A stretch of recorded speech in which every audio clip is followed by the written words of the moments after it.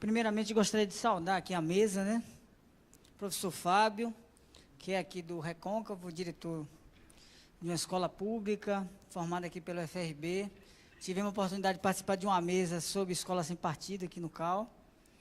E muito grato à sua presença e discutir, fazer uma ligação entre a Revolução Russa e o ensino, né? Que é algo importante. Professora Meire, que foi minha professora na UFBA, que já esteve aqui em várias oportunidades, recentemente num debate sobre a juventude.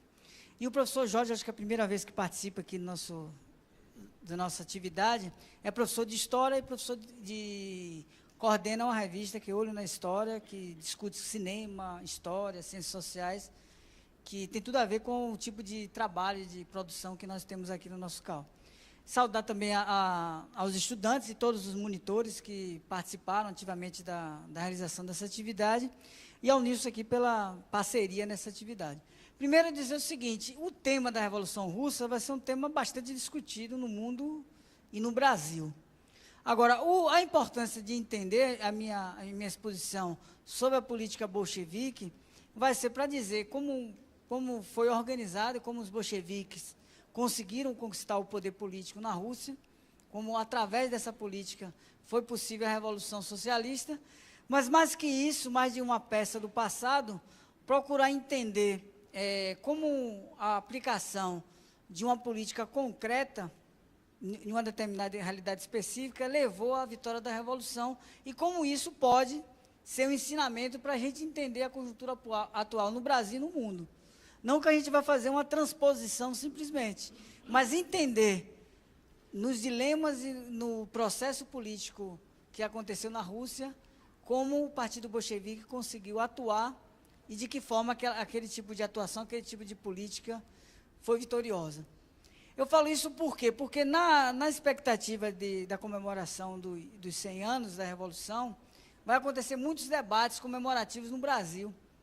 E o que é interessante é o quê? Que muitos dos palestrantes, inclusive, tiveram uma posição de não lutar contra o golpe de Estado que aconteceu no Brasil, ou de não se posicionar efetivamente contra o desmando que a direita tem feito no país, atacando a universidade pública. E aí a questão, o que adianta se fazer toda uma discussão, sobretudo o que eu falo dos representantes dos partidos políticos, né? Que se posicionam de uma maneira revolucionária no discurso, mas na prática ficaram em cima do muro ou não se posicionaram efetivamente diante do golpe.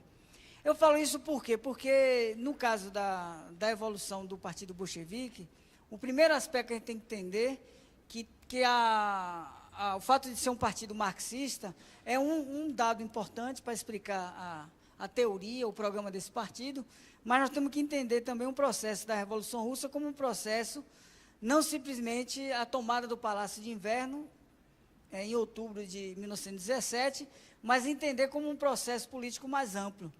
Se nós fôssemos voltar na história, temos que ver a luta política dos trabalhadores, dos camponeses na Rússia, que vai se dar, por exemplo, em 1861, quando a Rússia finalmente abole a servidão. Mantém ainda uma estrutura agrária bastante concentrada, mas até 1861 a Rússia era um país semi-feudal, que havia ainda a servidão. Então, se você analisar o processo histórico, a luta, inclusive, começou antes, né? Em 1825, na Rússia, nós vamos ter um movimento político muito importante, que é o movimento dezembrista, formado por setores do próprio exército russo, que vai colocar o problema de reformas políticas naquele estado que era um estado de uma monarquia absoluta, o czarismo. E nessa década a partir de 1860 e nos anos do século XIX, vai surgir importantes movimentos sociais, né? O movimento Narodnik, que era um movimento de ida ao campo, que vai se expressar, inclusive, do ponto de vista da literatura, com o surgimento de autores que faziam uma discussão da importância das características da Rússia, né? Como Tolstói, Dostoiévski e vários outros, que vai levar o século XIX e essas lutas sociais a uma literatura política que tratava do específico da Rússia, mas vai ter um impacto na literatura mundial, na literatura universal.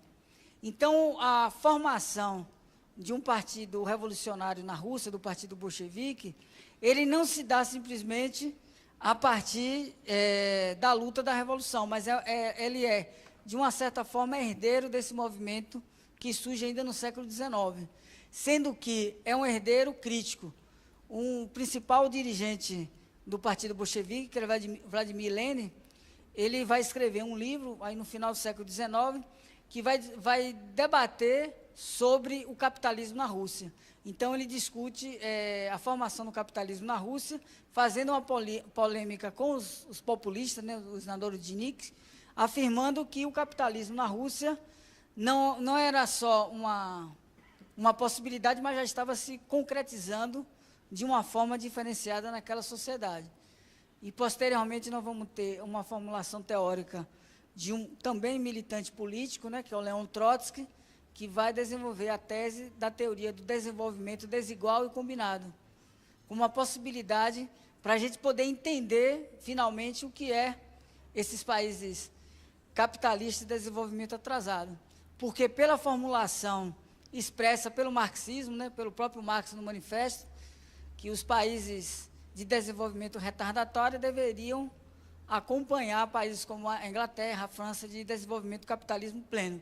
O que nós vamos ter na história é, na verdade, algo que confirmava a perspectiva de Marx, por um lado, mas, por outro lado, não foi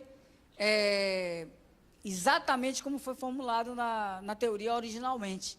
E Trotsky ele mostrava, com a teoria do desenvolvimento combinado, a possibilidade de uma revolução socialista, de uma revolução, de um papel predominante, pelo menos, da classe trabalhadora, em um país ainda de desenvolvimento retardatário, o que explicou o próprio desenvolvimento da Rússia à Revolução.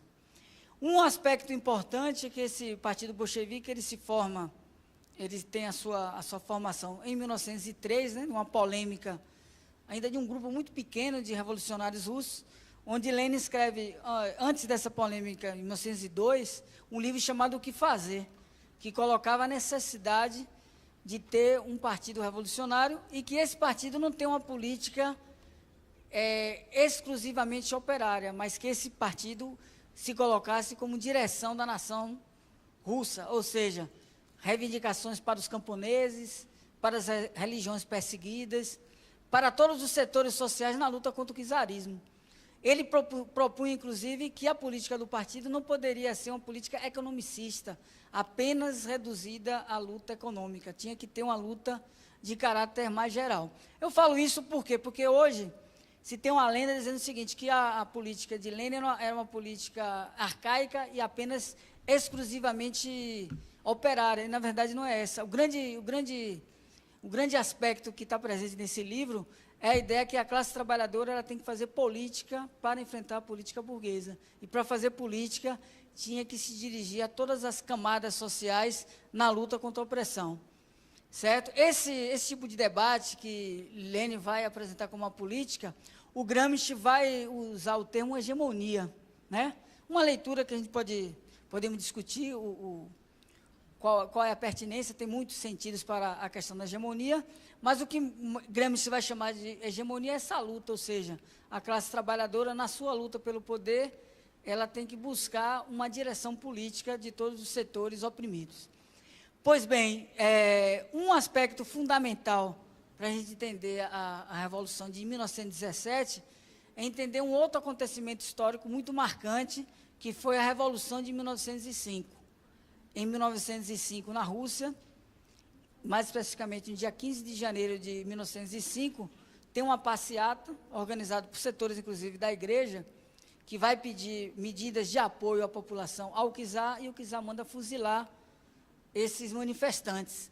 E, a partir daí, acontece, nesse episódio conhecido como Domingo Sangrento, um movimento político realizado pelos soviéticos e pelo movimento operário e movimento camponês, a tática da greve geral, que, posteriormente, a própria Rosa Luxemburgo vai se espelhando, inclusive ela era polonesa, mas, na época, a Polônia também fazia parte do Império czarista, ela vai teorizar a questão da greve geral como instrumento de luta política no interior da social-democracia alemã. Né? Por quê? Porque o tema da greve geral Era um tema que existia desde o século XIX, né? Era um tema, inclusive, muito presente na literatura anarquista, e que a social-democracia alemã via com um certo desdém. Mas a experiência da Revolução Russa de 1905, que coloca de uma maneira bastante importante o papel da greve geral como mobilização política. Pois bem, essa Revolução de 1905 ela é derrotada. O czar ele faz uma manobra, cria um parlamento, né, que é a Duma, e durante um período a Revolução ela entra em retrocesso. Posteriormente, o movimento retoma a sua atividade, que vai coincidir com a Primeira Guerra Mundial. Então, um elemento conjuntural e, na verdade, um problema estrutural do capitalismo, que é a crise de 1914, vai ser fundamental para a própria existência da Revolução Russa. Um fator importante, e que o Partido Bolchevique colocava de uma maneira bastante clara a necessidade da luta contra a guerra. Era algo complexo, né? Por quê? Porque uma parte, inclusive, dos militantes socialistas tiveram, por conta da pressão nacionalista, o apoio à Rússia contra a Alemanha. E na Alemanha, inclusive, os socialistas, né? A maioria do Partido Socialista acaba apoiando os créditos de guerra, né? no agosto de 1914, o que levou ao que Lenin e outros revolucionários, a própria Rosa Luxemburgo, à falência dessa internacional. Por quê? Porque a máxima apontada por Marx era operários do mundo inteiro unidos, não para se matar numa guerra. Então, Lenin, em 1914, colocou uma política de derrotismo revolucionário, ou seja, não apoiar o massacre, a carnificina da Primeira Guerra Mundial. Isso vai gerar uma grande impopularidade, mas, posteriormente, vai gerar uma grande autoridade para o Partido Bolchevique, que foi o partido que se colocou contra a guerra. E aí, posteriormente, como desdobramento da situação política, nós vamos ter assim, um processo que não foi a data exata, não foi elaborada nem organizada por nenhuma força política, mas aconteceu uma explosão revolucionária na Rússia, em fevereiro de 1917. Exatamente, era uma mobilização organizada pelas mulheres, né, das mulheres russas, né, em comemoração ao Dia Internacional da Mulher. Há uma defasagem no calendário russo em relação ao que vigorava naquela época, o que vigorava no Ocidente, por isso que a Revolução de Fevereiro, alguns falam Revolução de Março, tem a ver com essa diferença de calendário. Mas, enfim, nós vamos ter as operárias, né, da indústria têxtil, da indústria de armamento, fazendo uma grande mobilização na cidade de Petrogrado, que era a capital do país naquela oportunidade, e o czarismo simplesmente se desmancha. O poder, em 5 dias de mobilização, um regime político e um tipo de poder que era a monarquia czarista, ela se desmancha. A burguesia tenta formar uma monarquia constitucional, não consegue, e em 1917 é retomada a criação dos sovietes. Aí a importância da experiência da Revolução de 1905. Então, os trabalhadores retomaram aquela organização política criada em 1905, que foi os sovietes. E na Rússia, nesse período, vai ter um processo de duplo poder. De um lado, o governo provisório, formado por todas as forças políticas do país, e do outro, os sovietes. É o que Lenin vai chamar de dualidade de poderes. E aí entra o problema da política, né? Lenin estava fora da Rússia, estava exilado, retorna, e em abril ele lança as famosas teses de abril, que colocava a questão de que a luta deveria ser por uma nova revolução. Nenhum apoio ao governo provisório, o governo de conciliação entre os socialistas moderados e o partido burguês, que era o partido cadete, e a luta pelo todo o poder aos soviets. Então, era a principal palavra de ordem apresentada por Lenin, quer dizer o seguinte: nenhum apoio ao governo provisório, abaixo a guerra e a criação de um governo próprio dos trabalhadores a partir dos soviets. O processo se desenvolve e, finalmente, nós vamos ter uma situação onde esses socialistas revolucionários não só se recusam a estabelecer o poder dos soviets, mas vão cada vez mais se transformar em um sustentáculo do governo provisório. E aí vai ter uma data importante, que é em julho de 1917, que a classe operária russa sobretudo na cidade de Petrogrado, e os soldados se revoltam contra a política do governo de manter a presença da Rússia na guerra. Então, esse acontecimento leva a uma exasperação, a uma série de mobilizações, e o partido bolchevique estabelece a seguinte política: vamos estar na frente das mobilizações, mas não vamos colocar a tomada do poder. Por quê? Porque havia a possibilidade concreta da conquista do poder no Petrogrado, mas seria uma revolução incipiente no conjunto do país. Além do mais, os partidos socialistas eles não tinham desgastado toda a sua autoridade perante as massas. Então, o que é que o partido bolchevique colocou? Vamos participar dessa mobilização, mas não vamos conquistar agora mesmo o poder. Isso é importante por quê? Porque, inclusive, aqui no Brasil, em algumas manifestações, e no mundo como inteiro, se tem uma ideia seguinte: o pessoal está na rua, a massa está na rua, é bom, então vamos lá e conquistar, vamos derrubar tudo, que não, você tem que ter uma estratégia política, você tem que ter uma avaliação concreta da correlação de força. E essa política adotada em julho foi decisiva por quê? Em outras experiências históricas, nós já tivemos o caso de possibilidade de revoluções, onde a classe dominante faz uma provocação para levar as massas trabalhadoras para uma situação de exasperação. E nessa situação seria o esmagamento da revolução. Isso aconteceu concretamente em 1919 na Alemanha. Um pouco depois, na Revolução Alemã, ela foi derrotada exatamente por uma situação nesse sentido. Isso eu falo por quê? Porque tem grupos políticos hoje em dia no país que falam assim: nós temos uma crise, o que é que a gente faz? Vamos tirar todos e estabelecer um governo dos conselhos. É possível fazer isso? É possível você tirar todo mundo e estabelecer agora mesmo no Brasil o socialismo? Não. Então, na verdade, quando você propõe isso, você não está propondo nada. No caso do Brasil, significa não propor nada ou defender a continuidade de quem aí está.